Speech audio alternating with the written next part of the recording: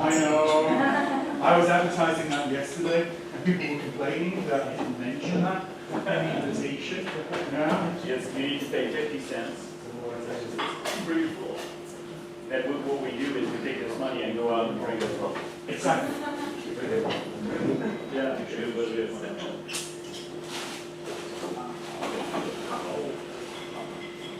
My God. Yeah. That's the main reason I choose to use it. Yeah. What's it? Separate on here.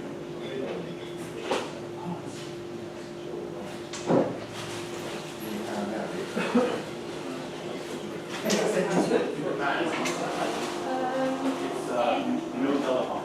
And zero telephone. Gotcha.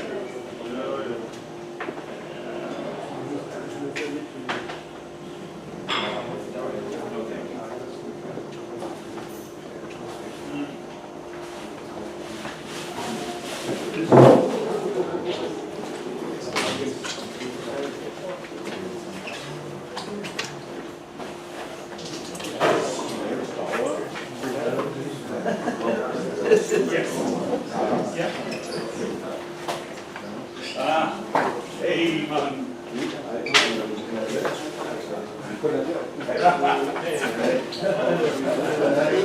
So you won't just test it? Oh, go for it.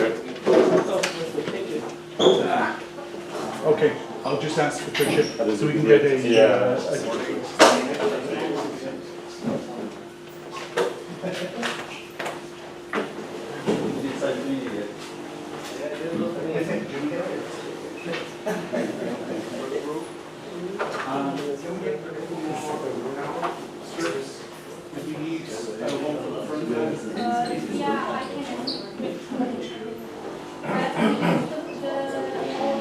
yeah, we've got two there, and we've got one there.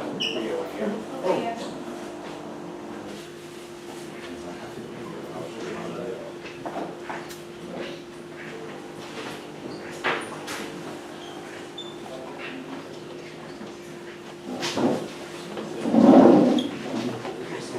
We've got several. We need to get one. Power. Let's be sure we're right stream first.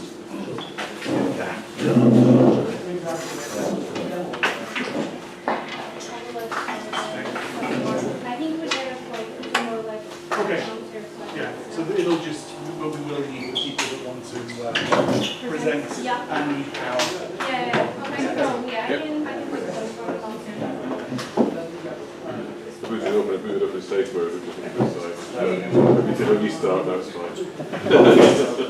Why doesn't it always happen? It's just. Yeah.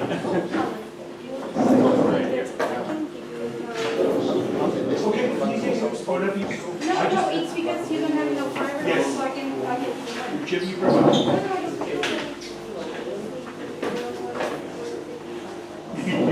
Yeah, it's not easy. For sure, or yeah.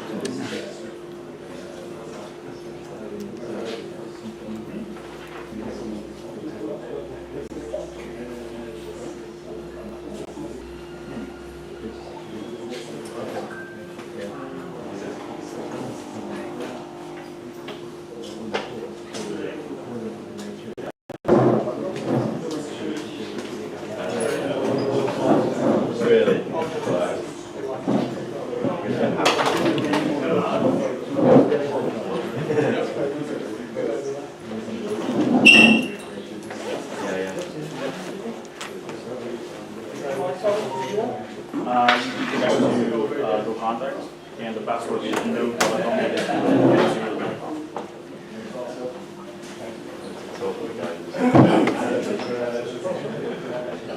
So we'll give them the wave. Yeah, give them the Wavecom. Give them the Wavecom one. Because Oh, really? yeah, because what I'm doing for the streaming is I'm using the Go Contact one because that has Password on that one? yeah. Oh no, Wavecom's open access. Oh, okay. Yeah.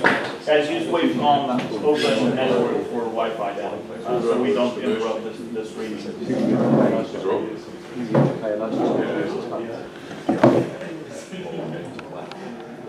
The VB.com is really, really good. It's got that discussion forums thing type thing in it. It's about, we found about 20 that find them which are incredible, and that's I think.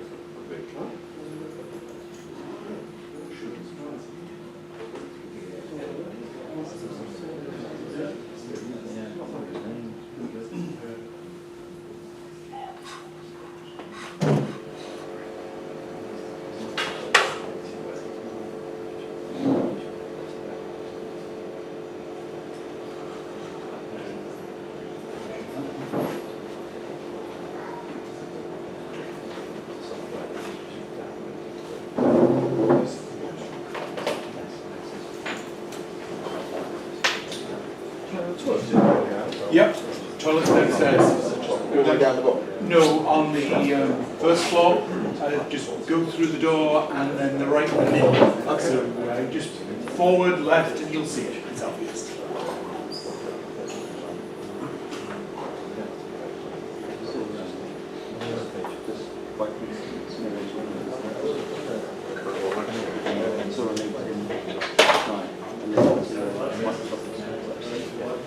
Like an event or a program. It's not clear what support they provide. But I'm thinking, so I do have a case where I did that this morning.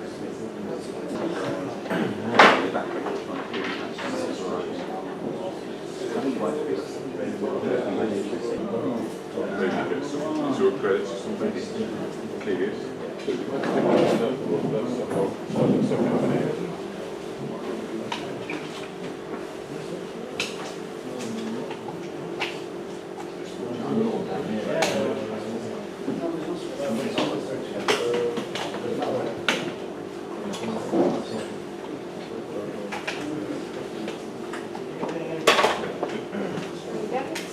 No, the cleanest one. It doesn't matter.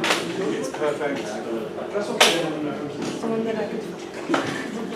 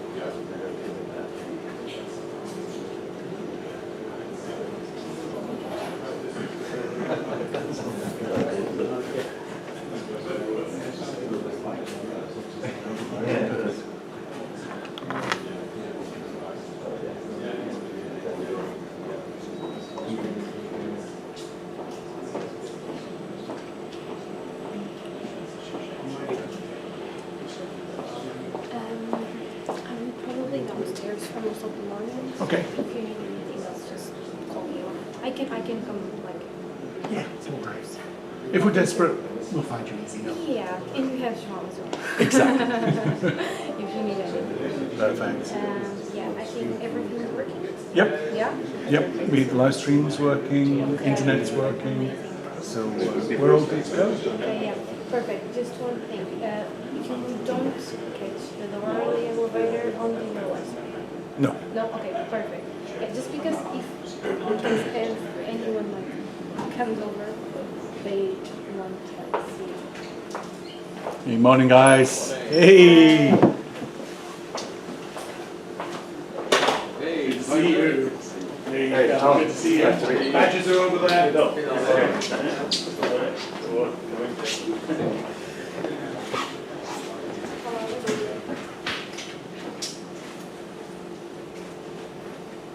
Yeah, we're fine.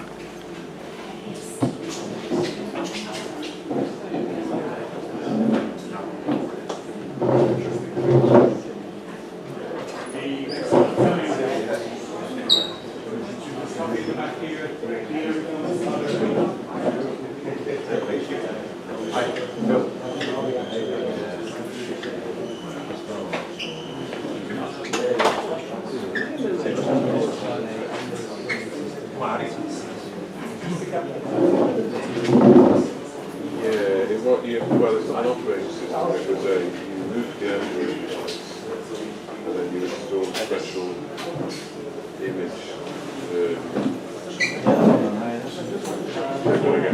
Installed on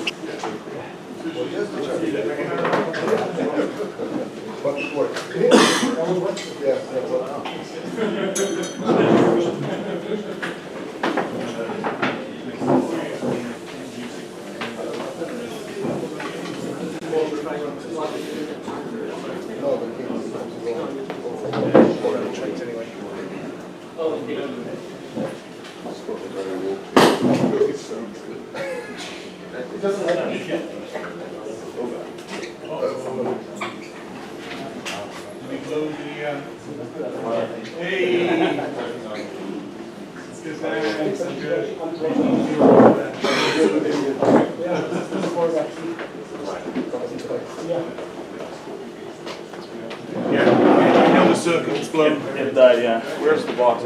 It's at the back there. Happened before.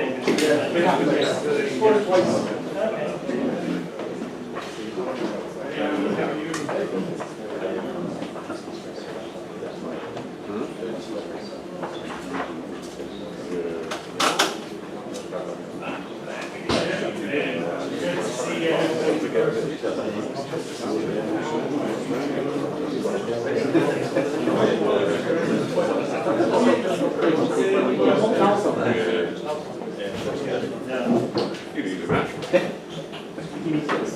An apple stick,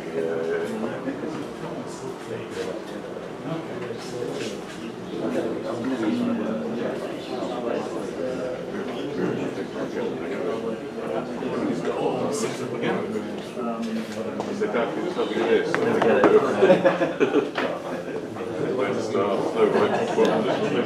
I'm from Carrier, I'm here to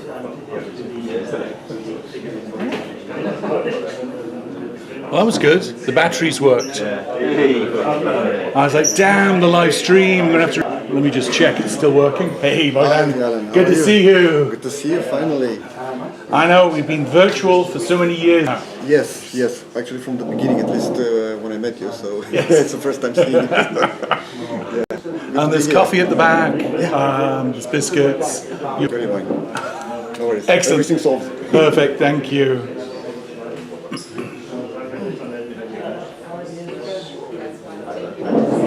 Oh yeah.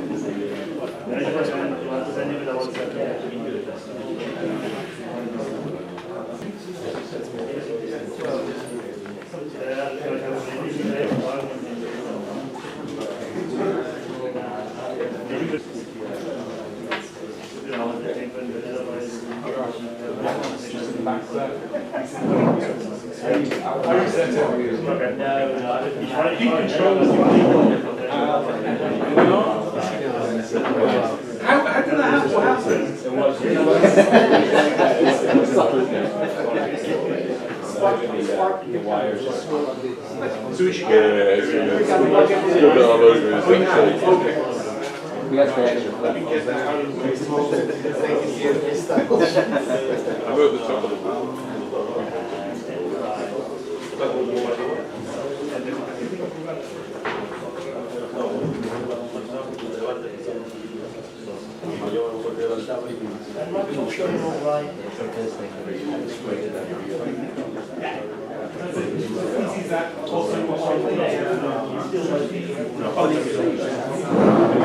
We've done work on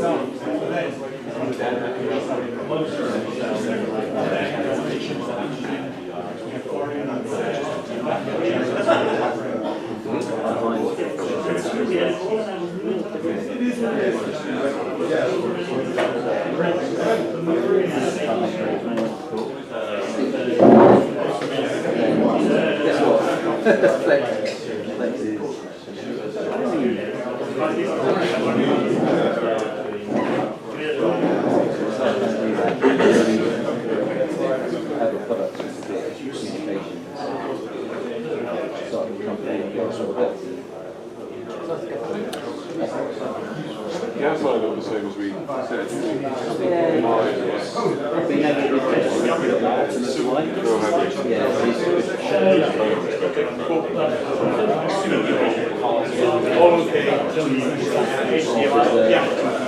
Or USB-C. Cool. Okay. Because and then we've got. You kick off and and then I'll kick off the presentation.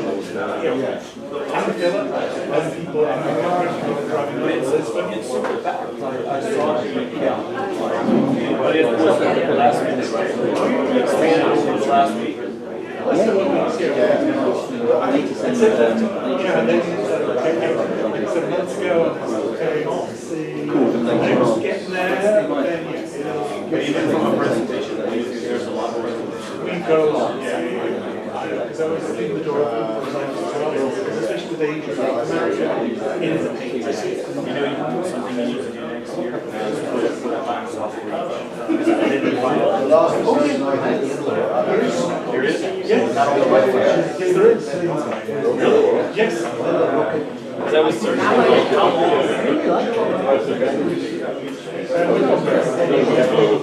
It's open. It's straight in.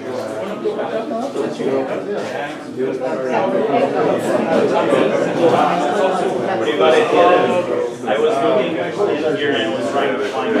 No, that's just the agenda. And then blog, and I think publishing as well. Agenda, timing. Alright? Okay, so that's 25 minutes. Alright. And again, we're running up a list of message for people, echo, tell people. So then we've got some that'll be arriving in. I'll pick them up.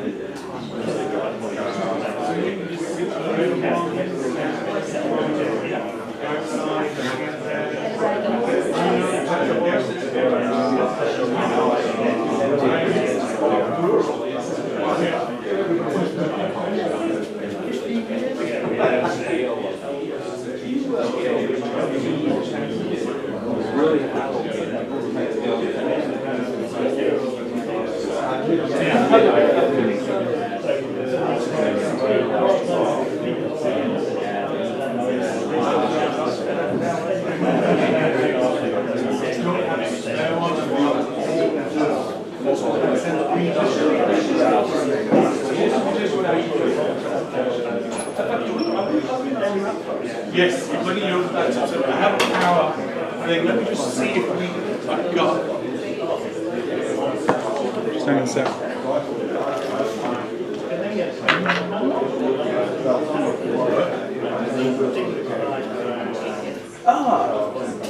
Yeah, that should do. Cool, you don't need that one. For now. For now. Well, I don't need it till 3 anyway. Well, no, you can use it if you're. Yeah, okay. Oh, well. Yeah, so you're fully charged, alright? Alright, cheers. No worries.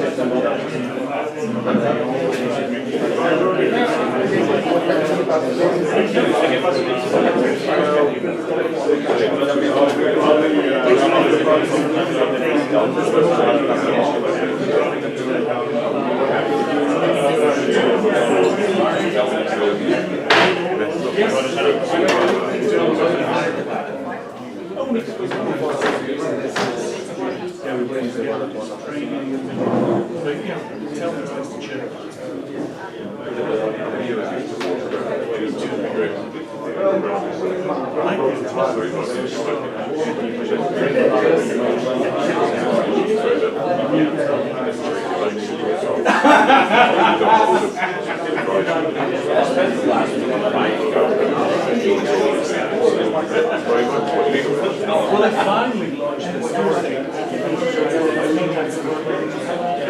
out for a bit. At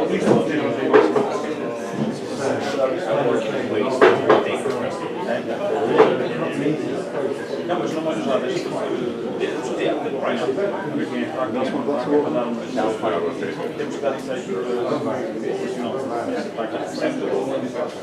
Our carriers.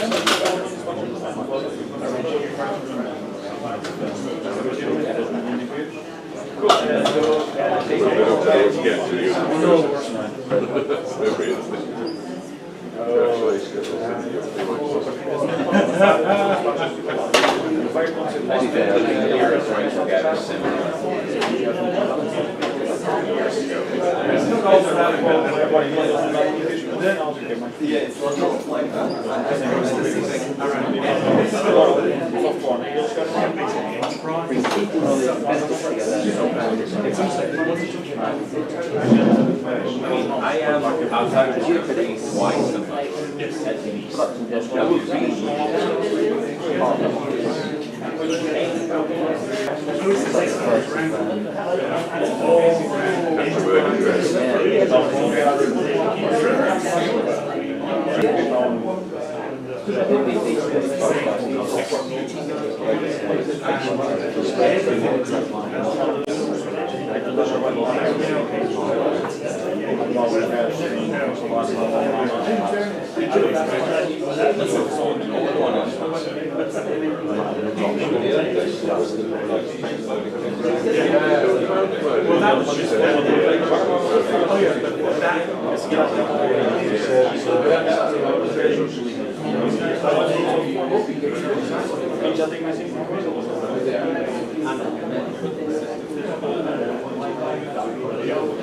But it's not the first one last time I've seen a group of people just all different, and then Those 5 ideas here, take it over, deploy the equipment into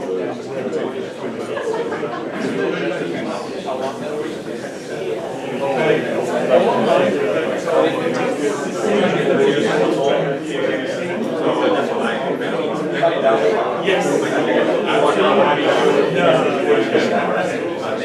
that's why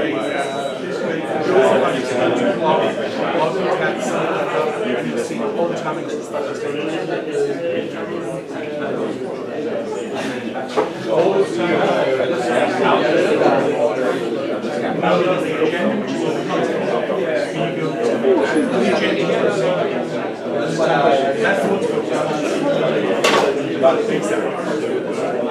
No, that's fine.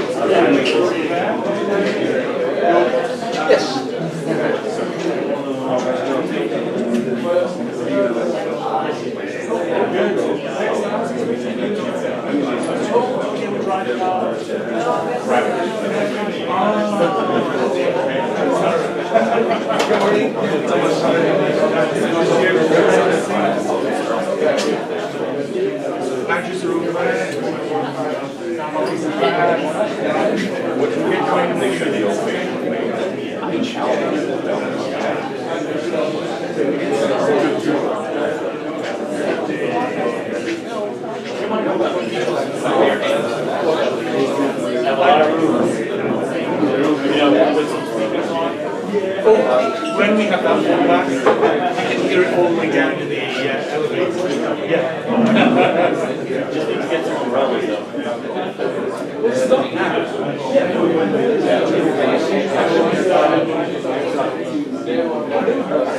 Oh, it's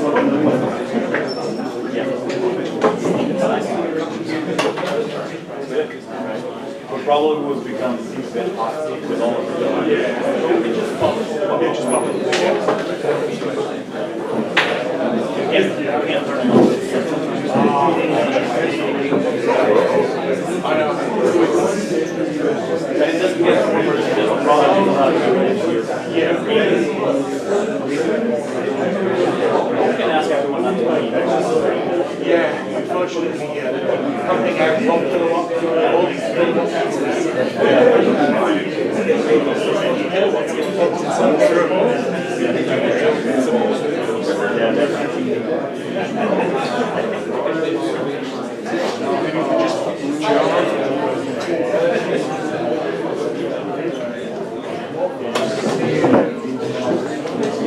So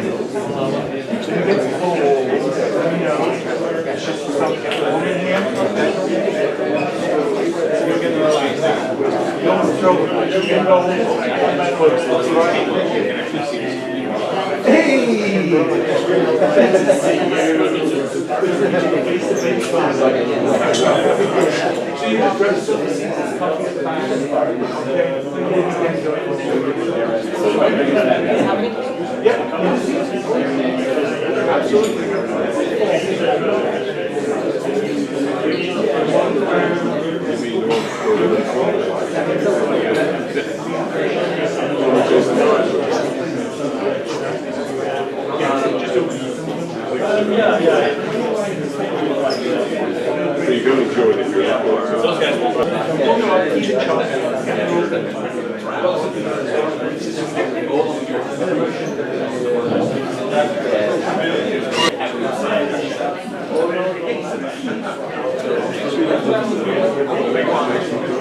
He was the guy who was filming good. I remember when I went to the hospital one, the criminal was just between the days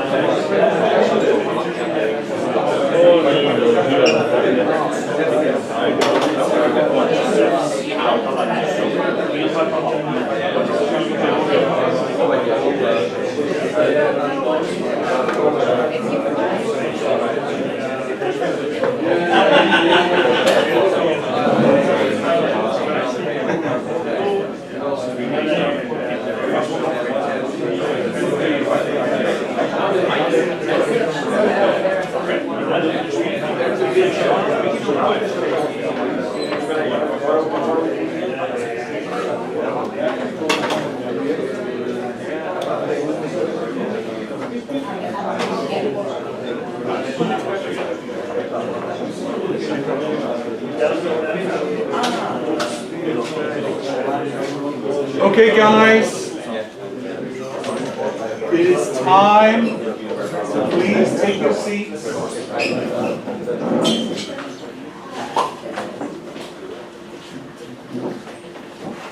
So before I get talking, our host, John, if you would come on down and say a few words to welcome everybody to your hometown. Hey, good morning everyone. Very nice to have you here. Welcome to Aveiro, welcome to Portugal if it's your first time around.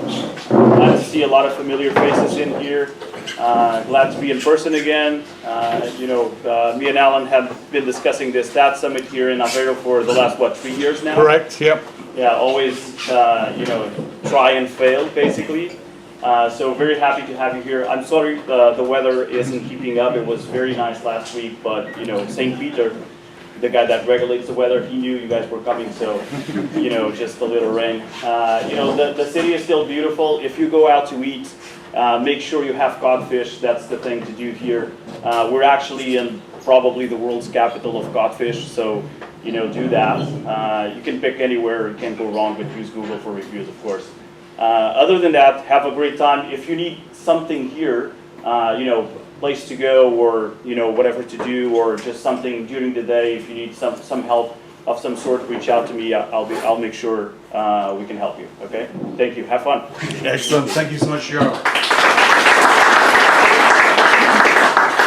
So we've got a few people driving up from Lisbon. Wow, we really have filled up the seats. Well, first of all, thank you all the way to Aveiro.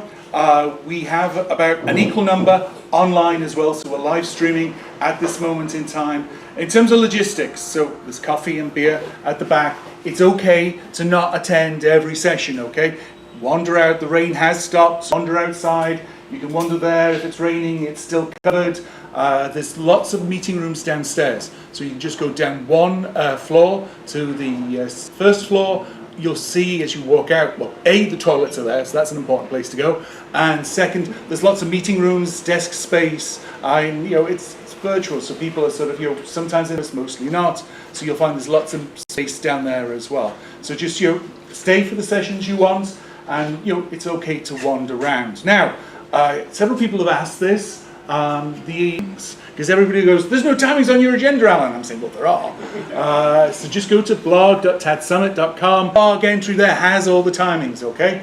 And I'm using that as well. So everything is online. Hey, guys! I might not have your badges. If I don't have them, then just write it down on one of the badges, okay?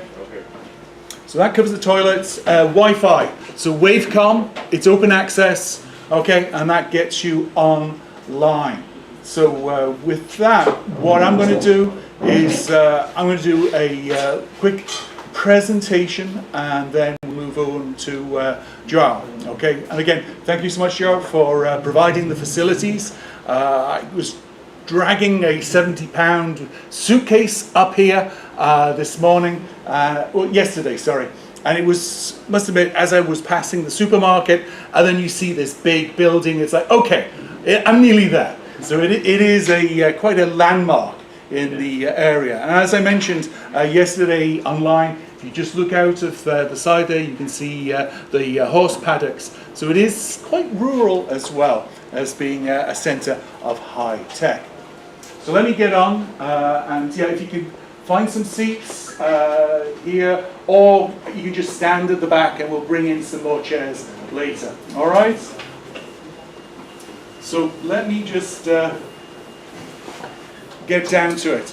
So I'm just going to do a little piece in terms of introductions, timings, schedule. That's good. I can see somebody's printed out the weblog. That's the key. That's got all the timings there. Okay? So it was 2019, we were in London, and Joe said, you know what, for next year, let's do it at in Alvero. We've got these great facilities, people, they'll enjoy traveling there. We've got like the whole centre of tech, from Lisbon, Cumbria, all the way up to Vigo, and we have representatives, I can see in the audience here, from all those tech centres. So it's a big community. They'll love it. It's midway between all those different locations. So it is nice we've been able to bring the whole tech community from the, the western coast of Europe to here. And what I'll do is, actually, one question. Now this, only raise your hand if you've not had COVID. So show of hands, who's not had COVID? 1, 2, 3, 4. Okay, so about 10%. That's sort of normal through the Black Death and all the rest. You find 10% never had it, But it just shows just how prolific it has been, and thank God for immunisation. Otherwise, I hate to think. Oh, and another quick question. This is just a scientist in me. How many people in the audience know somebody that's had COVID and it went on for more than 2 weeks? I'm not saying necessarily long COVID, but it went on for a prolonged period of time. Okay, so it's about a third of the audience know somebody that's had long COVID. Because, last month, my wife for my birthday present gave me COVID. It was nothing for me. It was like, I tested positive on Monday. By Thursday, I was negative. It was just like a cold, it was just a snotty cold. But poor wife, she was down, she was feeling bad, and she's still feeling bad in terms of, so if you've got it, it's nasty. But that's about right in terms of numbers. Most of us have had it, and then it's about sort of a third of the population knows someone who's been suffering it for a while now. But definitely, if you get a chance, either this evening or tomorrow afternoon, definitely get down to the front by the lagoon. It's well worth visiting. So, Firstly, thank you to all the sponsors for making this possible. So Ava Networks, SMS Your Way, Strollard, we've got Thomas coming in from London. He's been at the IATF getting VCon standardized. VCon is the PDF for, conversations. We have security, and we'll be hearing from them very soon. Go Contact, of course, our hosts, and we'll be hearing from Joe next. Let me just make sure I keep to time. Okay, we're racing ahead. Automat, who do a lot of work and have been a supporter of TADSummit for many years now. Radiusys, who launched their Engage Digital platform. So this is a really neat set of tools, both low-code, no-code, as well as APIs. And they had a storming TAD hack global this year with some really cool hacks created on there showing the power of their platform. And of course, Ring Central. I'm just trying to see. Oh, there's Phil. There you go. They were hiding there in the back. So I'm really pleased to have Ring Central here. And it's always nice when you can have an event where you've got a couple of competitors there. We'll see how bad that gets. But I'm open the windows because we've got about 50 people here. So we've got a lot of 1 kilowatt heaters in the room. So I was just trying to create some airflow.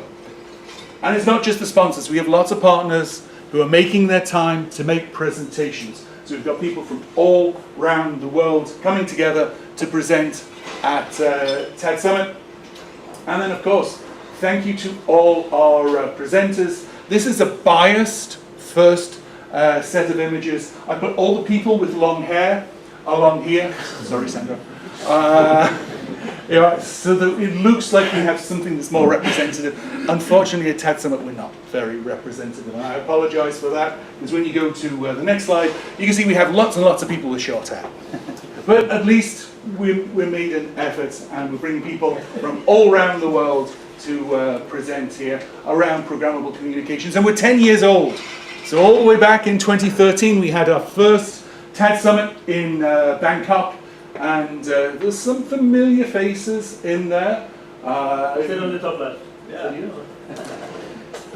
Oh, that one, yes. The hair's a little whiter, the belly's bigger. What can I say? It's 10 years, There's Mac in the back there, Mac Taylor. There's Dinesh, Jose De Castro, Mark Nectars, and we'll be hearing actually from Mark White tomorrow. So I was just sorting out his presentation. So we've got people who've been with this community since the beginning. So what's the plan? Well, no BS, I keep saying that, it's in our policy.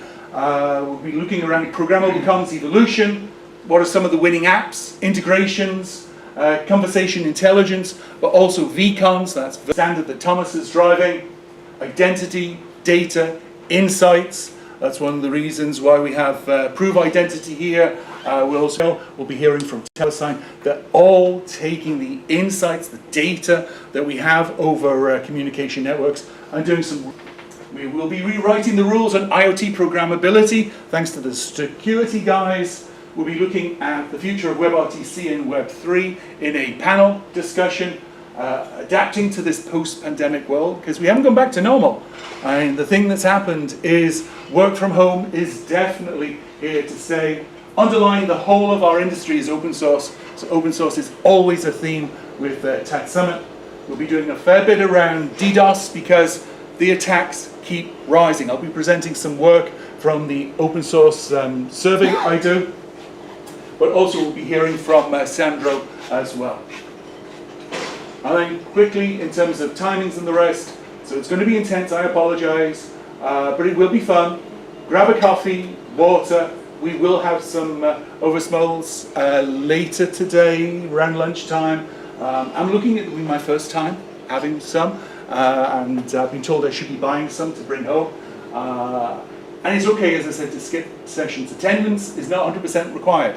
You've got places outside here, you've got places downstairs, you can chill, take a break. I am going to try and keep pretty tight to the agenda. So we start 9, we've got lunch, it's a short lunch, and then we're going through till 5:50. Now, we'll start the networking dinner around 7. It's okay to pop back to the hotel if you want to freshen up, or you can just hang out here. So you can go downstairs and hang out there. So you can basically spend the whole day here if you want. And this is where you'll have a good chance for networking to chat. Then tomorrow, another 9 start, and then a quick lunch. And the end will actually be at 3:55. Poor Dave Horton. He's been working quite day and night on a couple of problems related to his presentation that he was going to make. Because of that, he was looking and it's like, well, I don't have enough time, plus I feel mean making people go home even later, so we'll finish actually at 3:55. But what we're going to do is, mostly later this year, do a TADSummit Revisited, where Dave will present some of the work he's doing on using his open source CPaaS with some of the voice chatbots. All right, so that's the background. So thank you, enjoy the show. Now I'm going to give you a very quick what's happened since we last met, because it was 3 years ago. So I'm going to give you what will be, well, 15 minutes, a quick run through of all the stuff that's been happening, because it has been, in the last 3 years, we've had almost a decade worth of activity around programmable communications. So I'll cover the pandemic consolidation, the reckoning that we've seen. We've seen some companies' prices falling by over 90% in the past year. And it's okay to walk in and out, okay? Just, we're relaxed here, okay? We will see increased price competition because it's proven. Cloud works, it's reliable. A lot of enterprises now have understood the benefit, even though we've been saying it for years now. And what that means is they then start to worry about not whether it's viable or not, how cheap can we get this for. SMS, I mean, I'll show you a slide in a little bit where Ovum, which is now Omdia, was predicting 3 years' time we'll see the peak ATP SMS. And that was like all the way back in 2011. Well, here we are, 2022, and it's, well, 2021 it grew at over 30%. A2P SMS. So, when is that ever going to slow down? And where is it all going after all the consolidation? Well, Twilio is already ahead of the game. And it's all about data and insight, and that will be growing in importance. And VCOM will be an important piece of that, because that's making all the conversations over all these platforms standardized, so it becomes robot food, and we can feed that into a whole host of different platforms. So you've seen this, all the way back in 2016 I presented this at TADSummit. This is the structure of the market. I'm not going to, if you haven't seen it, just go back and look through some of the TADSummit blogs. You'll see lots of stuff on that with some market sizings in there. And the trends, of course, consolidation. And we've seen a lot of that over the last 3 years, and a continued push into the applications, because it's the applications, whether it's employee comms or customer comms, is where the margin is, because that's what customers buy. Okay, it's not technology. And we have seen a reckoning. If you're a slimy toad, finally it catches up with you. And if you're not a CPaaS, you claim to be, the market finally works out that you're not a CPaaS. So we've seen this year, finally, a lot of reckonings. And it all comes down to this. Applications, this is what enterprises buy. Technology is the underlying heart of this industry, and open source plays a critical role in that. And then there's this thing that's sort of relevant, but it's a very different business. It's dealing with hundreds of carriers, or aggregators, or number authorities, or regulators from all around the world for a whole different variety of voice, SMS, MMS, RCS, phone numbers, SIMs, interconnect, charging, and all the different flavors of 10DLC, that's the US thing, short codes, 800, SIP, VoIP, Volta, HD voice, and all in compliance with each country-specific regulations. If you want to send an SMS to Japan, you better not have a URL in there, as a simple example. And this takes time and a culture that's used to dealing with bureaucracy, graft, and weird arcane government organizations. Hence why Eastern European countries seem to be quite good at this aggregation thing. Anyway, moving on. So this is back from 2019, before COVID, before the recession, before the boom. Booms are very short-lived things, and we're really we're not in recession yet, but we will be next year. So let's look run through the past 3 years. So this is back in January 2020. The thing we were worried about was global warming. We seem to be getting worried about it at the moment, but we don't seem to do anything about it. Industry was worried about Zoom. It had a massive run up. How is it going to grow 85% through the rest of 2020? Same was being said for Twilio. How is it going to maintain this level of growth? And then March is where the lockdowns began. I was actually at a Simwood event, customer event, and that was in March. And I was chatting to people, and it was like in the UK they were nervous. They could see NHS was going to be putting lockdowns everywhere. So as soon as I got back home, because in the US they were laissez-faire, it's all basically a liberal conspiracy COVID. I immediately went to Home Depot and got a whole host of N95 masks that saw me through all the pandemic. And believe me, it was only a matter of a week later that N95 masks were like gold dust. And then in Q2, I have some social commentary here, so we just remember all the shit that's happened in the last 3 years. Okay, and I'm just going to pick up on some things. So Cinch bought SDI, so that's SAP Digital Interactive, so that gave them basically direct access to the US market. I mean, Cinch is the big daddy. It's 200 billion messages a year. So they're number one in the aggregation business. And remember, while we were questioning at the start of the year, how is Zoom going to achieve 85% growth? Well, guess what? They were growing basically at 170 year-on-year growth. Then in Q3, well, RingCentral had partnerships with Unify, Avaya, Alcatel-Lucent Enterprise, and a whole list of telcos. It was like, is anybody going to compete with RingCentral in this market? As they did partnership after partnership. Twilio, again, remember, people were questioning only a quarter ago, how are they going to achieve their level of growth? 132% revenue growth. Then, at the end of 2020, when we realized, damn, this isn't going away anytime soon, this COVID thing, we sorted out what the vaccine needed to be. Twilio bought Segment.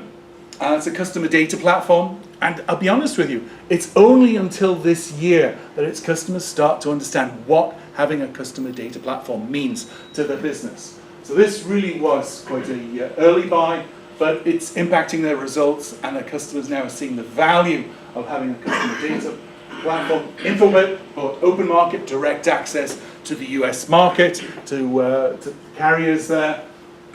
Cinch raised 400 million. And then SoftBank bought a 10% stake for $1 billion. Now, as you'll see, Cinch doesn't like money burning in its bank accounts. So if we look at Q1, Cinch bought Inteliquent. So this was a big buy. This was moving into the voice aggregation business, principally in North America. This one I think is interesting because Gamma bought Mission Labs. This gave them an open source competence. This was a group of people that really understood how to build services using open source software, because they were reselling others, and when you resell somebody else's technology, guess what? You're beholden to them for your roadmap, how you respond to your customers, and they saw the importance in building that competence directly. Twilio invests in Cineverse, also bought Value First to get access into India. Twilio has always been, that telco thing, it's a cluster. We don't want that infecting our culture, so they've always tried to keep the aggregation piece at arm's length, hence why it's an investment, not an acquisition. Kalira bought Engage, again, gave them direct access to the US market. And this is all happening like quarter by quarter by quarter. We're seeing all these acquisitions. And the list goes on and on. So Microsoft bought Nuance, MessageBird bought email. And it's not about, we have SMS, we have MMS, we have IP messaging, and we'll add email in. What this gives them are all the e-commerce workflows. So you see, when you leave a basket with stuff in there, and then you get the notification, it's all those processes that these providers have. Infobip acquired Anam. This is, again, this is a smart acquisition. It's not just SMS firewall. What Anam's got is a whole host of cool stuff. It's not zero trust against smishing, but it's got some cool tech that enables Infobip to detect suspicious flows.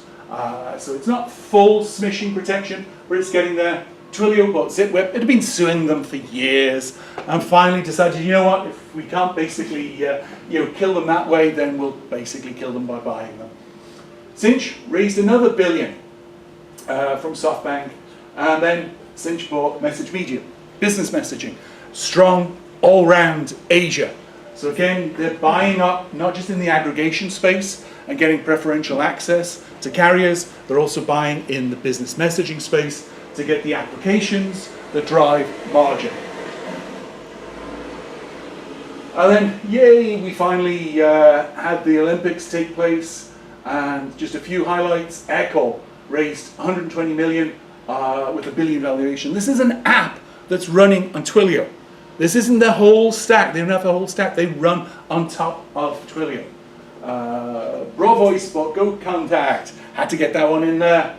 TalkDesk completed its Series D funding, and they have the complete stack. They used to work on top of Twilio until Twilio started competing with them, with Flex, at a $10 billion valuation.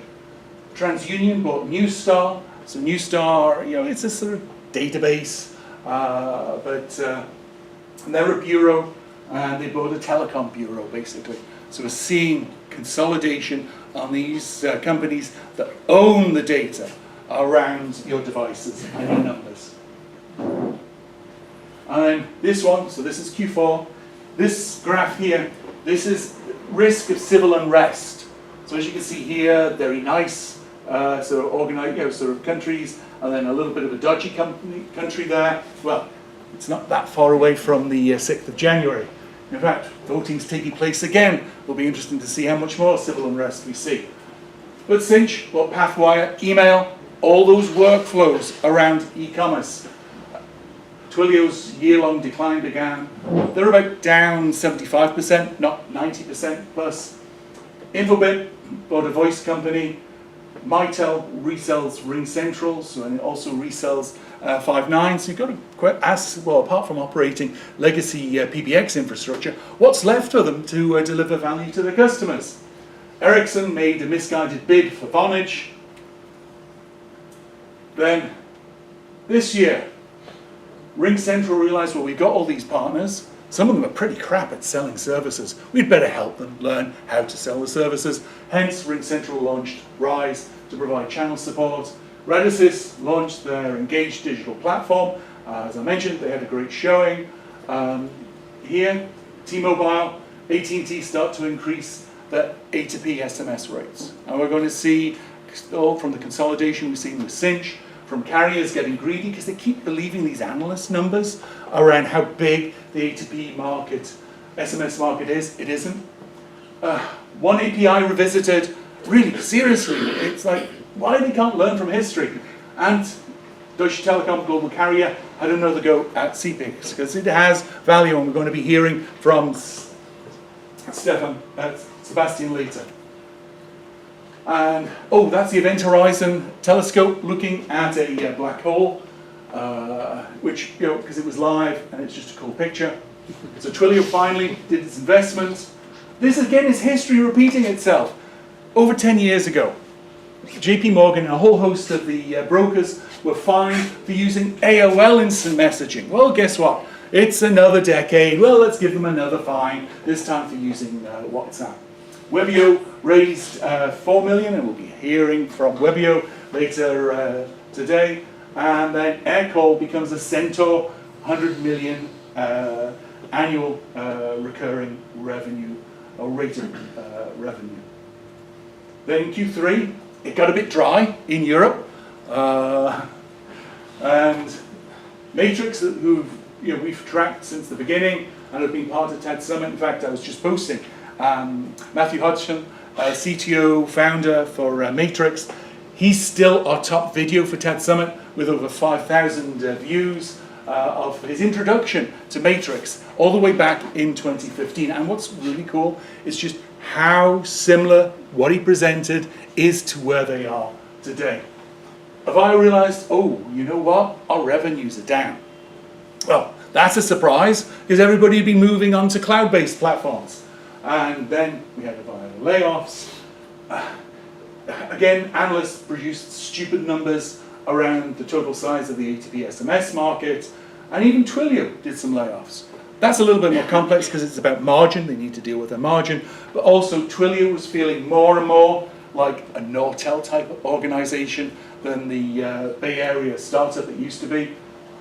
Just to show you how bad analysts are. Okay, I really do need to wrap up. This is Omdia's universe. It's BS. In what universe is Vonage a better and Infobit like better than Twilio for a CPaaS? Seriously? And you got Cinch, Cineverse, Infobit, and then Avaya. I mean, they closed down Zang, and they're reselling Telnix. Telnix isn't in there. Again, just don't believe anything analysts produce, okay? Believe your people, your customers, and take whatever I say with a big pinch of salt. And just to show you how bad it is, already mentioned this. This is, from last decade. Look at the spread on how big the A2P SMS market is. Some of these numbers are from Nexmo, because they were about to sell themselves. So of course they're going to make it a ridiculously big market. And then some of them are a little bit more pragmatic. And as I said, Overland's always been, yeah, you know what, we're reaching peak A2P SMS. And we still haven't reached it. And then, well, we're only part way through Q4. This is Hurricane Ian. And just to point out that Hurricane Ian is not a once in 500 year event, all right? In the last 30 years, there have been 3 Category 4 hurricanes that have hit Florida. This is a Category 3 hurricane, and 2 Category 5s. Again, it's politics with no shame, where you can see utter bullshit and nobody basically seems to batter an eyelid. But anyway, SoftBank goes, you know what? This Cinch investment wasn't really a good investment. Dissolves their stake and sells their stock to the CEO and to one of the major corporate investors. And guess what? They're going to be making bank because stock's going to go up again. It's it's a temporary situation because they dominate the A2P market. There's 200 billion messages a year. We have the first release of the VCon standards, so keep an eye on that. That's important for all our businesses. And then Twilio announced, well, yeah, you know what? We sued them, we bought them, and now we're closing them down. So that's it. I'm just going to close up to say we've consolidated onto as a service for communications, given COVID's here to stay, and flexible working, work from home isn't going away anytime soon.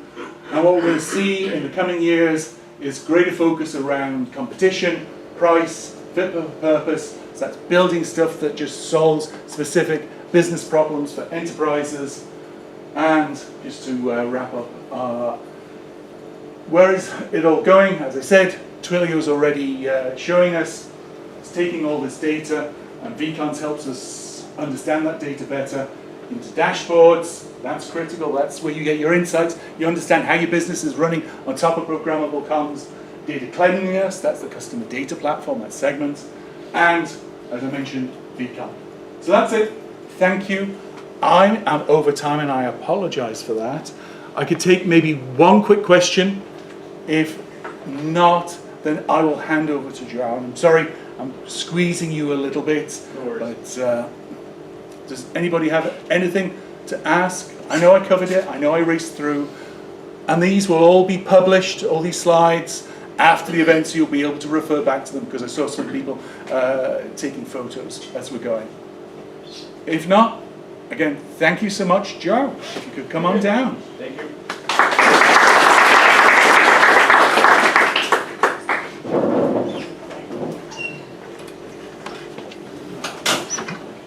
And it's okay to walk around, it's okay to grab a coffee. There's water at the front here, water at the back.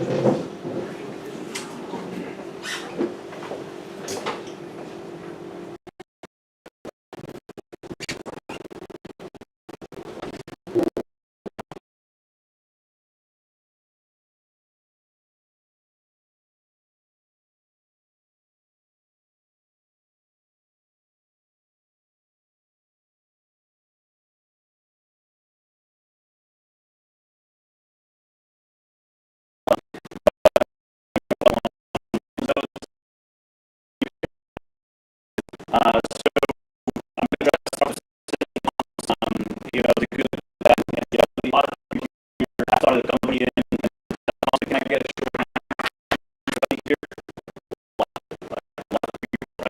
That's good. That's great. Just a quick intro about myself. I've been starting companies since a very, very young age. 20 years old, my first company. Last company, so I've built and exited 4 companies by now. Last company is the most significant, Go Contact. We started contact center.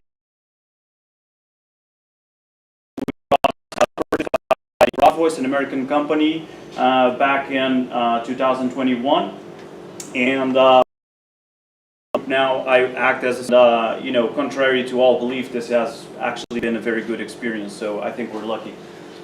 So right now I'm acting as well as an investor and a mentor in the local ecosystem. Lisbon is very hot for technology. I haven't mentioned before, but Aveiro is actually the leading city in Europe for telecoms and one of the leading in Europe. So the university here is reference across Europe for telecoms. A lot of good stuff has came out of this school and the people around it. You know, starting with starting a company in telecoms. My first advice is you shouldn't really do it. Okay, so let's get it out there. Like if you're thinking about that, going a second time or the first time, you shouldn't do it. That's not a way to go. Why?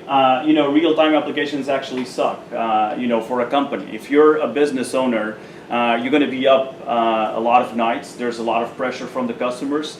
You know, SLAs to keep up, uptime, system pressure. If you actually hit a home run, it becomes even worse, right? Because now you have to scale it.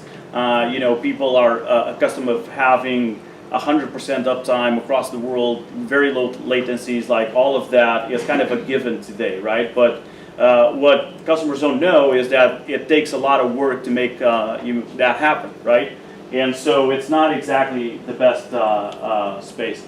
Actually, what we found over time is that our customer business will depend on your technology. And especially in contact center, this is so true. Like, we can't afford to be a minute down, basically, that's it. And even if you go down to simpler use cases like sending SMS, a lot of businesses depend on sending SMS, right? If they can't send an SMS, they're going to have an impact. That's it, and they're going to call you. You know, they call you names as well. So you know, it's a hard business. It's too crowded, and a lot of what Alan was pointing on the M&A. On the consolidation points exactly into that. There's a lot of money, but there's a lot of companies as well. There's a lot of competition, and some of the big boys are trying to, you know, buy as much as they can, and then figure out later what to do with them. You know, that's one of the strategies. Not exactly the highest margins, to be honest. Even in like contact center space where you feel like you are adding a lot of value, so it's an enterprise solution. The competition is driving the margins down, and there's a lot of companies out there willing to lose money year over year and just get the deals, right? So yeah, the space is, if you're top of the food chain, I think it's a good space, but overall for a small company it's very hard, and you're probably going to be competing on price. So just a last remark, you know, I just been to the Web Summit. I don't know if anyone here been to the Web Summit last week? No? You should have. It's really nice. So anyway, I walk in, it's like 80% is the metaverse, like Web3, crypto, metaverse things. Like everyone is selling hot air at this point. And I was trying, you know, maybe something can come out of that, but for now it's hard. And I was trying to find telecoms, you know, in there, and actually I looked and I couldn't find any significant, like I would say, okay, so this is a telecom use case for, you know, the Web3, let's say. No, it's a lot of coins, you know, it's a lot of JPEGs of monkeys, and that's it. It is what it is. But it was funny to see that, you know, 3 years back, I think the biggest theme under Web Summit was enterprise applications and AI. That was the two main themes. this year was all about Web3. Like, you know, that was it. There wasn't, you know, everything else was just landscape, basically. Okay, so, but if you really want to do this, my PowerPoint doesn't. Yeah, it broke.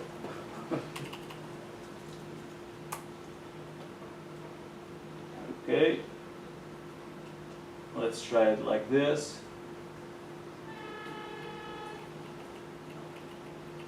Well, I think I'm done. Well, let's do it. I think it's because of the screen resolution. It's just too big. Yeah. Okay, but let's do it like this. Okay, so, but if you really want to do it, telecoms actually changed the world, right? You know, you can think of a world before telecoms and after telecoms, and these are two different worlds, right? To me, it's probably alongside with transportation, healthcare, it's probably the single biggest driver of productivity. And you can look at COVID as a way to exemplify that, you know, because it creates a contrast, right? I think we take telecoms for granted in our daily lives now, and that's good because it means it works, it's available, we can do stuff with it. But if you look at something like COVID, and if you think of a world without telecoms and COVID at the same time, it would be just crazy, right? You know, we would come to a complete halt. To me, it's still kind of cool, you know, in a hacky way. Like, I feel like whenever I'm around you guys and venues, there's a lot of, you know, hacker mindset in this, and I still like it because a lot of the things I see as a CTO now is, you know, we'll use that API and the other API, and I'm like, okay, so can we get a level deeper? And the answer is, so it's still a bunch of guys and gals trying to, you know, really have their screen always black, and that's good. So you can do B2B or B2C, but actually just do B2B. Don't do B2C at all. You know, that's too hard. But it really serves both ends. And you know, looking at you know, for example, WhatsApp, their initial business model. I don't know if a lot of people might not be aware of this, but when WhatsApp launched, you would actually pay $1 per year as a fee, right? So, and that's like a B2C strategy where, you know, just make it as cheap as possible and scale, but you have to have the horsepower, you know, behind it. B2B is actually the best space to do it, and that goes for all businesses, not just telecom, of course. So you got plenty of choice if you want to start a company here. First of all, is, you know, a platform as a service, and we saw that with, you know, Twilio and other companies. I think we always default back to Twilio, but there was guys doing that before them, and, you know, there's guys after as well, but, you know, it's just a name. So you can think of, you know, just enabling telecoms. That's one layer. And then, you know, you have service enablers where you actually start to add some of, you know, a business logic to it, like an SMS gateway, for example. Then you have business use case where you go into UCaaS and CCaaS. That's what we do with Broad Voices. We play both of those markets with platforms, right? Then you have, you know, what's most common now is fully integrated solutions. You're deploying cloud, you're deploying telecoms, and you're deploying the business use case, CCaaS, UCaaS, and others, right? And the customer looks to you, and, you know, what I hear a lot, I don't like when they say this, but what I hear a lot is, I only want one neck to choke, right? And usually it's my neck. So, you know, but it is an advantage. You know, you go in and you say, look, you don't have to worry about cloud or telecoms or the platform will do all of that for you, right? And you can add value in that way. And then you have all of these satellites out there, like there's a bunch of startups just playing around telecoms, right? Speech analytics, for example, is very big at the moment. But there's very specific things that are still a satellite. For example, workforce management and contact center. It's a satellite for telecoms. It is. You know, quality assurance. There's a bunch of things you can do in the ecosystem that a lot of the main platform providers are not focused on. They can compete. And, you know, there's a lot of possibilities of bolt-ons, right? With API, marketplaces, and all of that. You can create that synergy. And just add value to existing platforms. Okay, so what are the biggest challenges actually? Well, the first challenge is finding customers, right? It's, you know, I think especially in this room where everyone is super technical, I think this is where everyone gets stuck. Like, I have this great idea, I'm, you know, like the smartest guy in the room, but I can't find customers. How do I do that, right? So I think that's the first challenge with any company, and specifically with a telecom startup, where usually you're pointing to a mid market or an enterprise market. It's very hard to find customers, especially if you don't have a brand, right? So you know, we did a bunch of things from the beginning here in Portugal, you know, just to get started with customers. And the first one was like, look at us, we're a small Portuguese startup, please, you know, kind of fund us, right? Give us our business. So the second right now is hiring developers. I think, who's struggling with hiring developers here? You know, yeah, yeah. You know, it's if you're planning on growing, this is probably the biggest challenge right now. It's you know, it's both from an availability perspective and from a cost perspective. Both of them are very, you know, you're going to struggle with both. And by the way, everyone out there is saying Portugal is a great place to hire developers. It is not. Get away. Okay, so go to your own countries. Like, you know, do not come here. This is bad. Like, people don't show up for work. We have too many holidays. You know, I think we have like 35 paid vacation days a year. So you know, it's bad. Don't come here. So the fourth would be scaling technology. This has become a lot easier. You know, if you stand on you know, shoulders of giants. If you start like we did, that is, you know, you get open source out of the shelf, you got a long way ahead before you can actually start to do some big projects, right? If open source out of the shelf is nice, but it doesn't scale. So you're going to, you know, be in for a lot of surprises. But if you actually lean on some of the technologies out there to start your business, right? You can always in the future, you can always revisit those decisions. But you know, if the goal is to prove that you have a business model, that you have a product, just lean on other stuff that is already available in the cloud. You can use those APIs, prove your point, and then eventually swap out the engine beneath, right? So security is becoming front and center for us, especially as we grow. You know, we are aware, and I think it was last year or 2 years ago, there was a big raid on VoIP companies. I can't remember if it was last year or 2 years ago, but that's still going on, right? You know, there's a lot of attacks focused on VoIP service providers. You know, I think the guys that are trying to hit us understood that we can't be down, we can't afford that, right? So there's bandwidth attacks basically and garbage attacks, right? You know, a lot of the concerns we have are not simple, oh, you got hacked, or you know, there's a ransomware, whatever it is. It's massive attacks of you know, a lot of hundreds of gigabytes per second hitting our networks, right?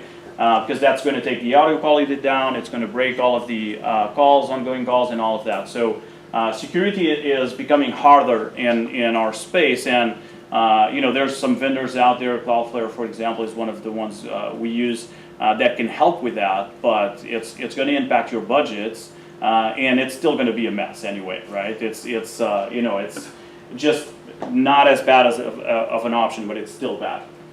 So competitors, you know, once again, this is a pretty crowded space, and what we feel at the moment is that we're not a big company, Broad Voice from American standards. We're a medium-sized company, but we have, you know, RingCentral, for example, is competing with us across the board in all of the deals. Like we try to go, you know, into smaller space, they're there. We try to go up market, they're there. Thanks.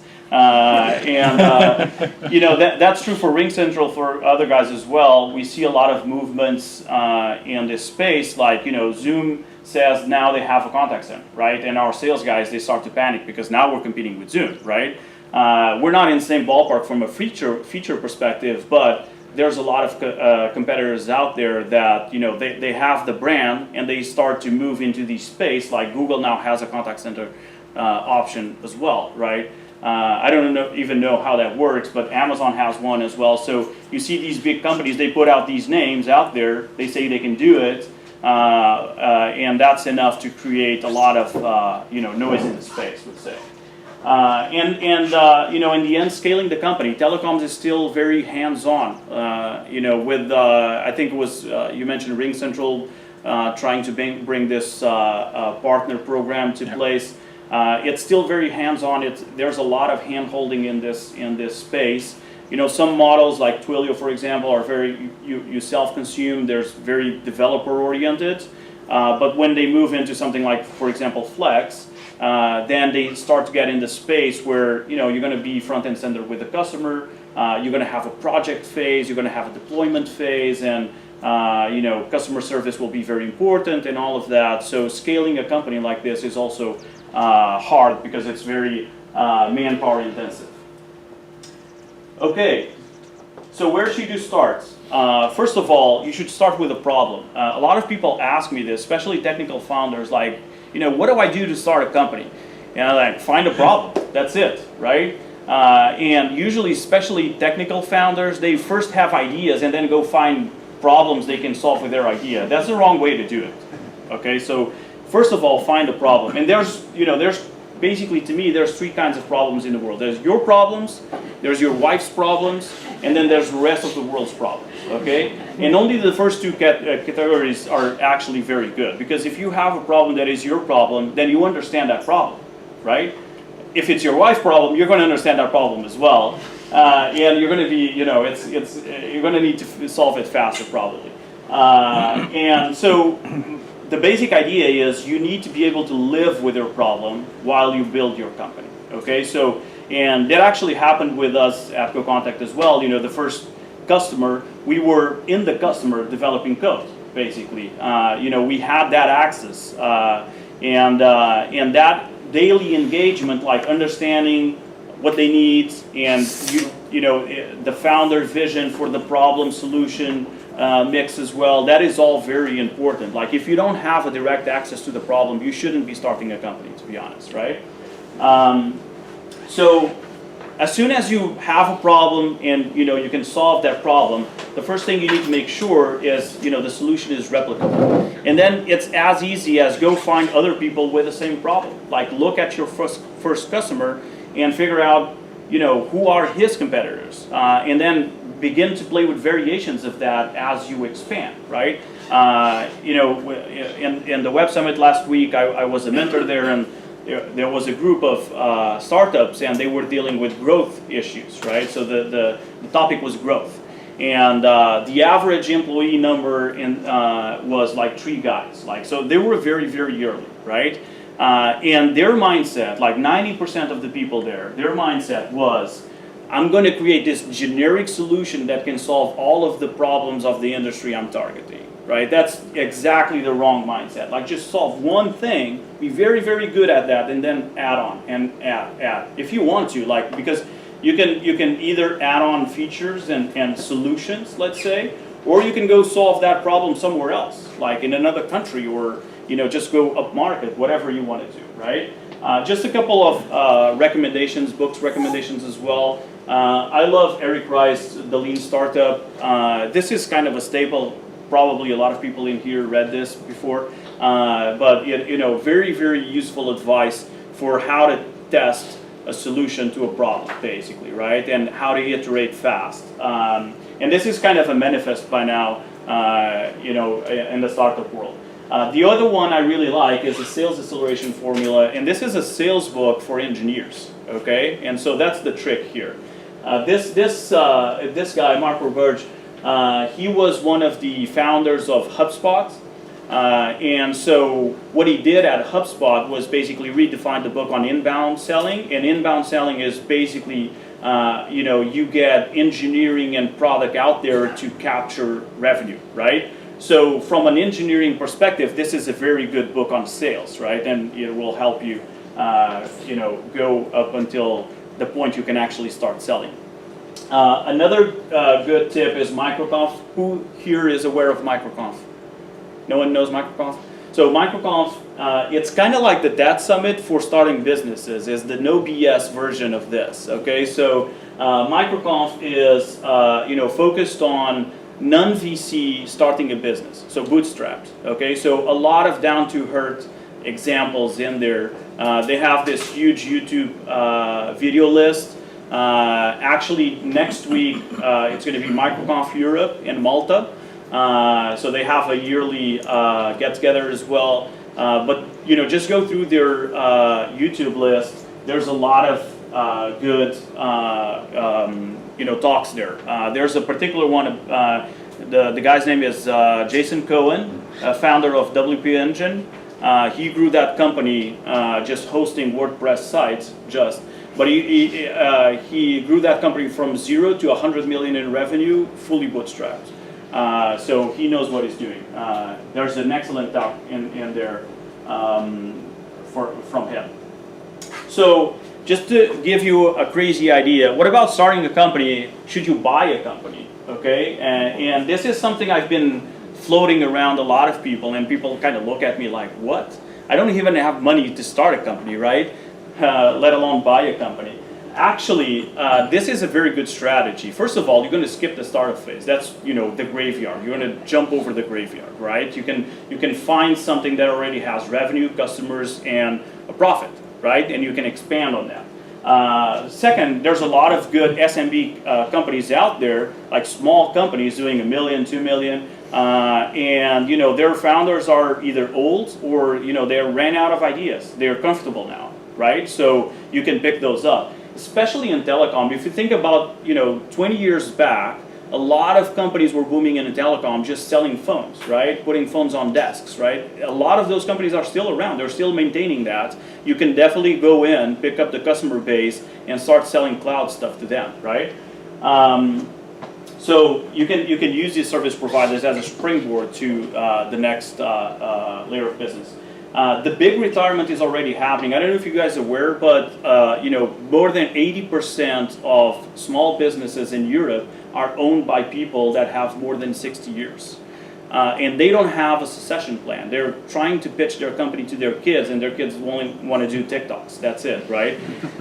So it actually is a big problem, because they're going to close the company down, basically. That's what's going to happen. Or, you know, they're going to sell it to some guy that doesn't care. So there's a lot of opportunity out there for the next 10 years, not only in Europe, United States. I think it's even worse from that perspective, where, you know, there's a generation that can come in with you know, business knowledge, with ideas, and actually take these companies to the next level. And by the way, you can do it without having to put your own money down. And I don't know if you guys are aware, but there's across Europe and the United States right now in place funds secured by governments that will finance 90% of an acquisition on a very low interest rate, right? And these are, you know, even in Portugal you have this. You can do this up to 4 million of revenue. You can have 90% of that financed. The other 10% can come from the seller. Like you say, I'm going to pay you in a year or 2 years, right? It's kind of an earn-out. And you can, if it's a profitable business, you can have the business pay the loan and pay the seller, and you did it without cash. You just need to believe in yourself that you're not going to screw up or you're going to lose your house. That's it. So 2 good suggestions on this. Buy then build. It's a great book on how to buy and then scale a small company. And the Harvard Business Review Guide to buying a small business. Harvard and Stanford now both have a course they called Acquisition Entrepreneurship, where they teach their graduates just to do this. You know, find a small company that has, you know, 10, 15, 20 years of history, solid, you know, track record, and then scale it 10 times, right, with a startup mindset. So that's what I wanted to share with you today. Thank you very much. If anyone has any questions, happy to take them. Excellent, thank you so much. For the sake of time, let's move on to the, okay, apologize. We have a question. Just okay, just quick. Just quickly, Yeah. the conclusion you drew, don't start a startup, and conclusion change to the buy then build. Well, I think, you know, in any industry, from a safety perspective, it's a lot of, what statistics show is that the survival rate is a lot higher. Like the buy then build model has survival rate of over 80%, while the startup model has a survival rate after 5 years of about 8%. So that's the conclusion, right? But on the other hand, you're going to have a lot, if your goal is to exit the company at a higher valuation, you're going to have a lot of time convincing investors that a 20-year-old company that just started to grow recently is worth a multiple on revenue. While a startup is really easy. If you do $1 million, you can just ask for 15 times revenue. Why not, right? And so that's the difference. If you're in it for the long term, I think buy then build is the way. If you're in it for the casino, I think startup. It's a personal choice in the end of the day as well. Okay. Okay. That's great. Thank you so much, Joe. So, No worries, thank you. and for everyone on the live stream, there's something going. Got to talk to IT to try and work out why we're seeing this sort of congestion at the moment. So I know the audio and video is just way out of whack, starting and stopping the stream, but there's no point in doing that until I've worked out why we're seeing the congestion. But I'll try and get that sorted within the next hour. I need my glasses. That's crazy. Wait a second.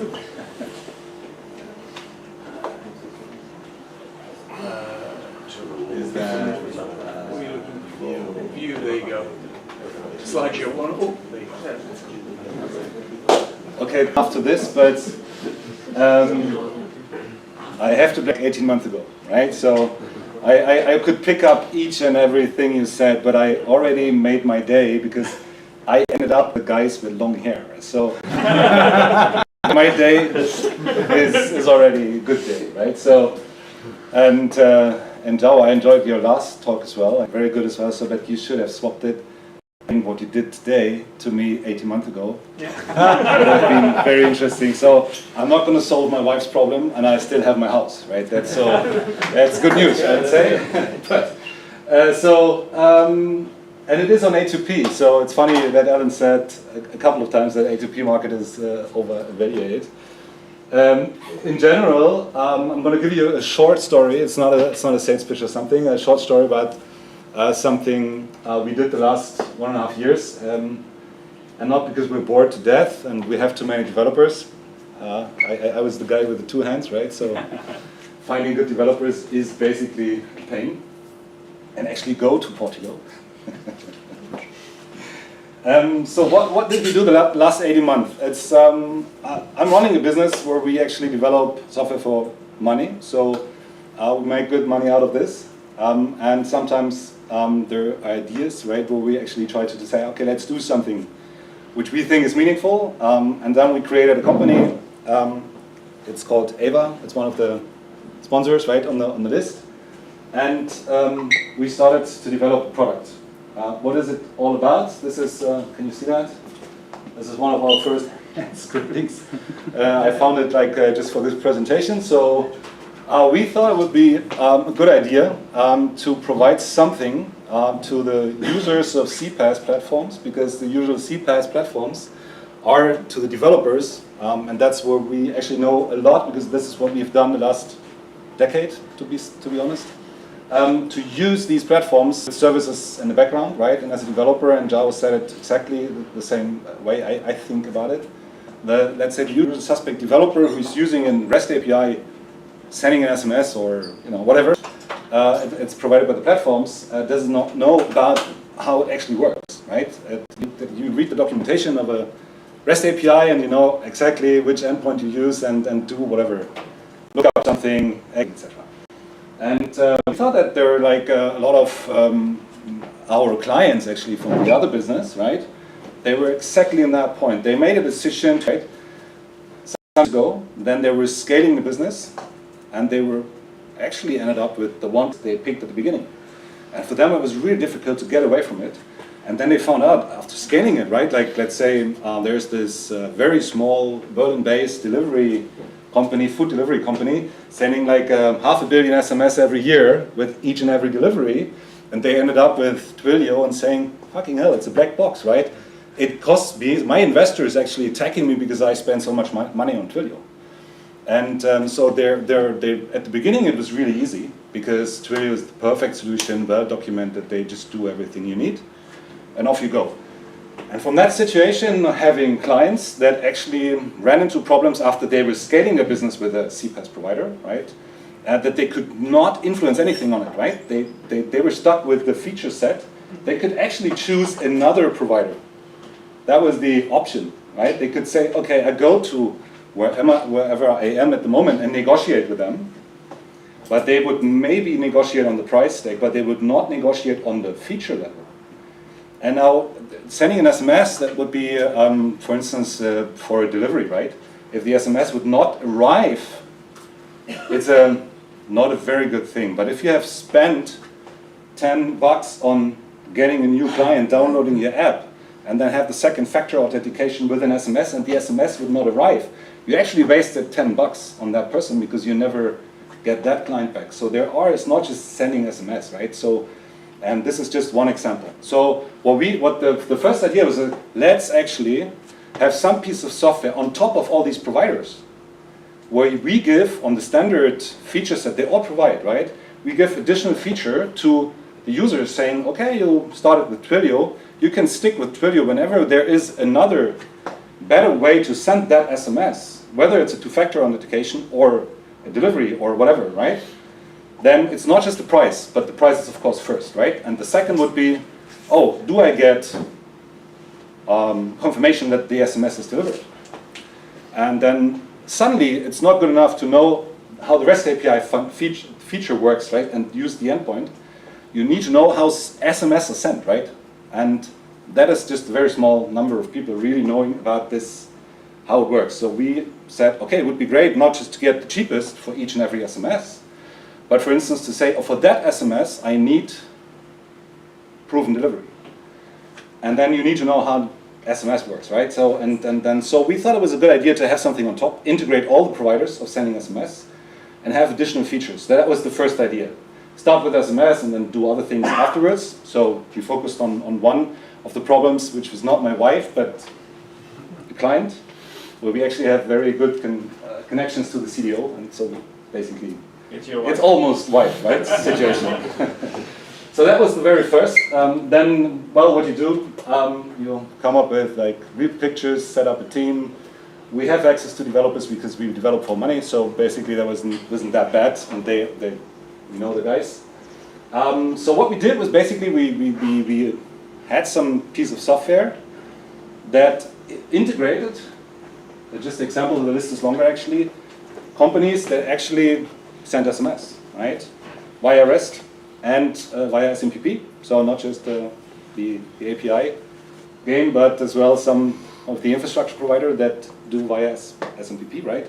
So we embrace them as many as we could in an easy way, and we actually have a Twilio compatible REST interface.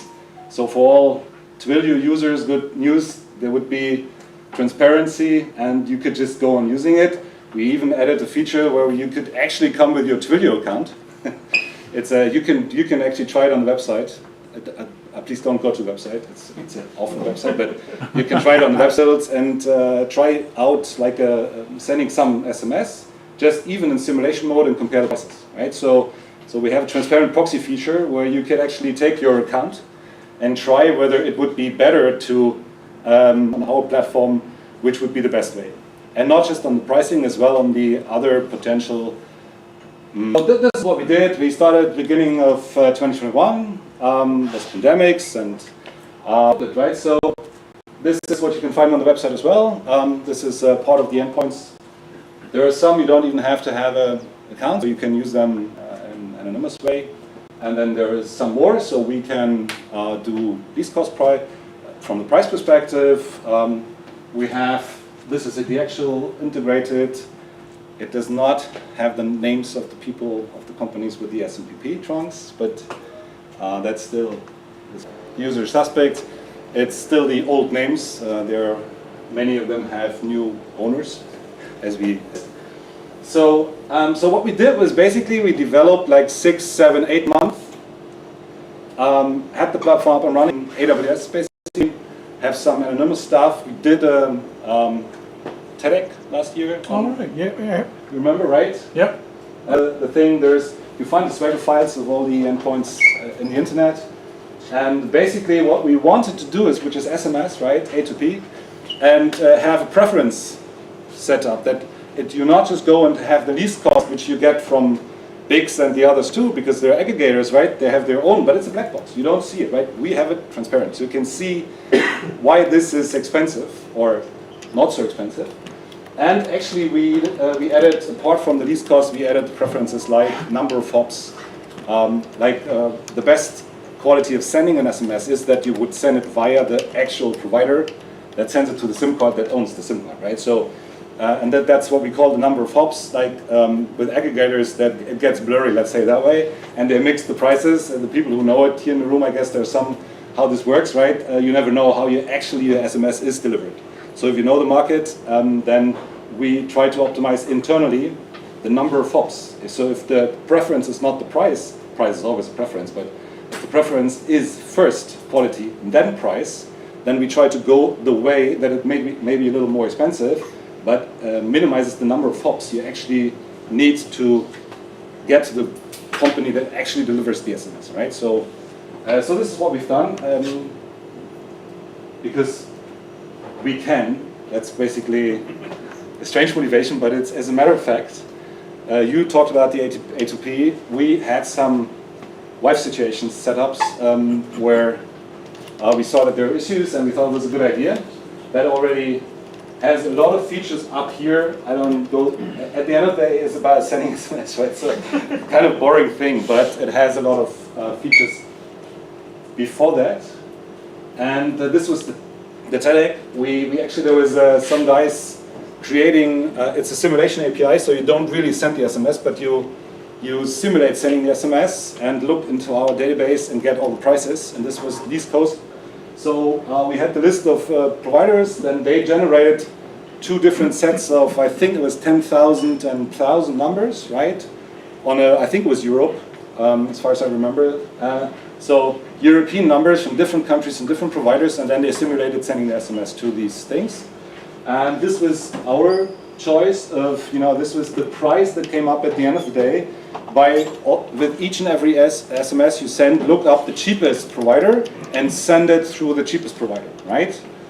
I guess this is what aggregators and others do anyways internally, but of course they would not expose this to their clients because that's the business model, right? So you see here that this was sending via EVA, and there was a Deutsche Telekom at that time because was, I think, sponsors of the, Sebastian, was that? The sponsors, right? Sponsors. That's one of the SMPP trunks, which are disclosed.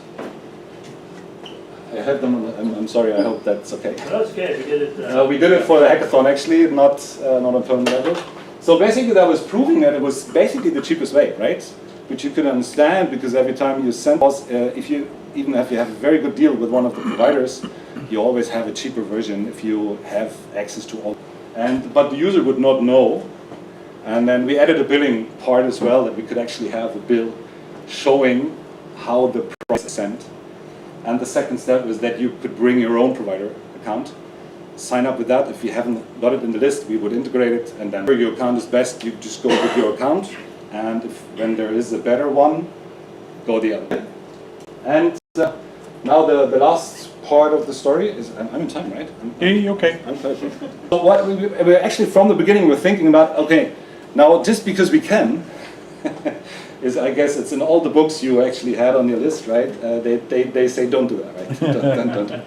don't. Keep your house, stay married, and solve other people's problems. But so we, from the beginning, actually, we're trying not to be stupid, saying, okay, just assume we can do this because we do it for our clients all the time. So we assume, okay, we can do it, right? But the second question was that if we have it, how do we get it out there, right? So the first decision you make is like, am I going to spend that? I don't know. I think we spent like 700,000 on the development, and am I going to spend that money, or am I going to buy another house, right? That's basically the simple thing. And so decided, yeah, let's do it, right? And the second was then, if we have this, would we give it as a service, like the usual suspect CPaaS, right? But we never wanted to be a CPaaS player because we were just a layer above them, right? So we were not sending SMS. just a proxy feature that you could basically operate, right? And provide it like this. First. Second would be what we implemented then afterwards, like bring your own provider. It's like sign up, bring your own provider, and just use it as a transparent proxy, using all the time your own conditions from your own provider, and if this is not the best, go some other way, right? And the third one was, okay, we could take the whole thing. It's basically Java, microservice backend, and containers, JavaScript frontend, REST, and streaming technology, and some, under the hood things, but basically pretty much common. And we could actually install it on clients on sites or operate it in some public or hybrid clouds, but basically operate it for a specific client. For instance, that small delivery company based in Berlin, right? So they might not want to share that infrastructure or that product with some other people that have account theirs and they just use the same thing. They might want to have a setup, right? So we thought about this at the beginning, right, or during the development phase, and said, okay, how to do it. The only decision we made on that was basically, let's do it on, the newest approach, which was containers, automated everything, that you could actually put it to any place that would support container technology and had the usual suspect, not just AWS, but other places too, right? So that was what we thought in 2021, right? Now it's 2022. And your slides were so to the point, right? Sorry. No, it was good. So the CPaaS, right? What everyone does, right? That did that model, right? That to put it on some infrastructure and operate it for many people, and it takes massive marketing, right? So I hate investors. I have to say it. I'm told for that, right? So I'm really told for that. So you're depending on them. They have an opinion on something they don't know anything about, and you gave all the good reasons, right? So bootstrapping was basically the only option. That needs massive money, and not in development, but on marketing, right? It takes time, and you have to pre-fund the operations, right? Etc. etc. So very expensive. So what we did basically, we had it on AWS, or we still have it on AWS. We operated there, but we did not even start communicating it in the marketing level, right? So, and the business model was on transaction fee. We would say, okay, we take 50% of what you save in money, which is fair, right? If you save, I don't know, 10%, then we take half of the 10%, and then everyone still is good in the end of the day, right? Or you take a transaction fee, and then we had a mixed model where we say, okay, we take what you save, and if it goes above a special amount, then it's not going to be 50% but less, right? So we thought, it's a fair share with the company that actually saves on the approach. And we were trying hard not to argue like a CPaaS provider, because we never wanted to be one, right? It's like we just wanted to be a piece of software above them. And the second was the basically a little different, right? But still, but kind of operated. It was easier to market because mess with their out of their cars on the global scale. They need to be connected in each and every continent. So it could be B2B, and that's I'm with you. It go B2B, right? So there's no way of B2C, right? To be honest, we didn't think people from the network we had, right? So that actually takes away the marketing pain. The broad, you spend a lot of money on marketing. So we don't have that. So we said, okay, let's target specific. They might have the problem. That's this. That's your. It's not your wife, but it's all your girlfriends, right? So, and but it still needs to scale big on the business model, and because you can only take it on a transaction or on a share per saving aspect, and basically it still takes investment, right? And here and there we were not sure whether we could actually have enough money, but that was more realistic in that version. And this is what we 2022 today. So this is the story now. We were basically talking to specific companies that have the problem, and it's not only the pricing or the preferences, it's as well compliance and security. Especially in Europe, many European-based companies, they have a problem to send SMS or connect phone calls via US American providers operating on public clouds owned by US American companies, right? So there is a legal setup where we have basically quite an easy pitch because we are the guys who can integrate them all. We are a piece of software which you could deploy into some infrastructure and suddenly you're compliant, right? So that was basically unexpected, but happened. So we did this. In 2022, we actually sold a license, right? It's still disclosed, so I can't name it, but basically we sold a license in this model. And via all the discussions and the professional services around it, we could already refund all the costs that ran into development. So I'm still having my house. And so now the question here from this bootstrapping thing is, you never know. At the beginning, you think you're smart, you do this, right? And you think you can develop it, you have an idea, you think it's solving a problem. But still, this you can know beforehand too, but then you don't know who actually shows up first and who actually spends money on it. And that's interesting now as a learning curve from it. So just because you can is usually not enough, right? And then the business and the operations model, or how you actually target a market, if there is a market for it, is especially we are very engineering driven, right, from our history. That's a very interesting thing, and then you could do the thing that, and Giles, your slides were so perfect, I could just take them and point my topics, right? That you would actually go and buy such a company, right? Because you have access to the companies with a problem, you have developers or you have educated people, right? And then you understand the whole thing. So you can save the investment and the graveyard situation, as you call it, and maybe buy someone. So that's why I would have, that would have been good to have your presentation 18 months ago, right? So maybe it would have been cheaper. And if you like investors, you might go with investors. We don't like investors, but it puts us in a difficult situation, right? Because of course with that money, which is, you don't have to earn the money, right? So you get the money and then you spend the money and hopefully you achieve something. But basically if you don't like investors and all that comes with investors, not just the money, then you need to understand, you need to scale technically and with marketing, and then you need to have an approach how to deal with that. I don't have an answer to that. Apart from the fact that we are like the numbers are good, but apart from that, I don't know whether we ever gonna scale it to a size that makes it then ending up without being a sponsor on your slides, right? So that's I don't know. And so we have an extremely long backlog.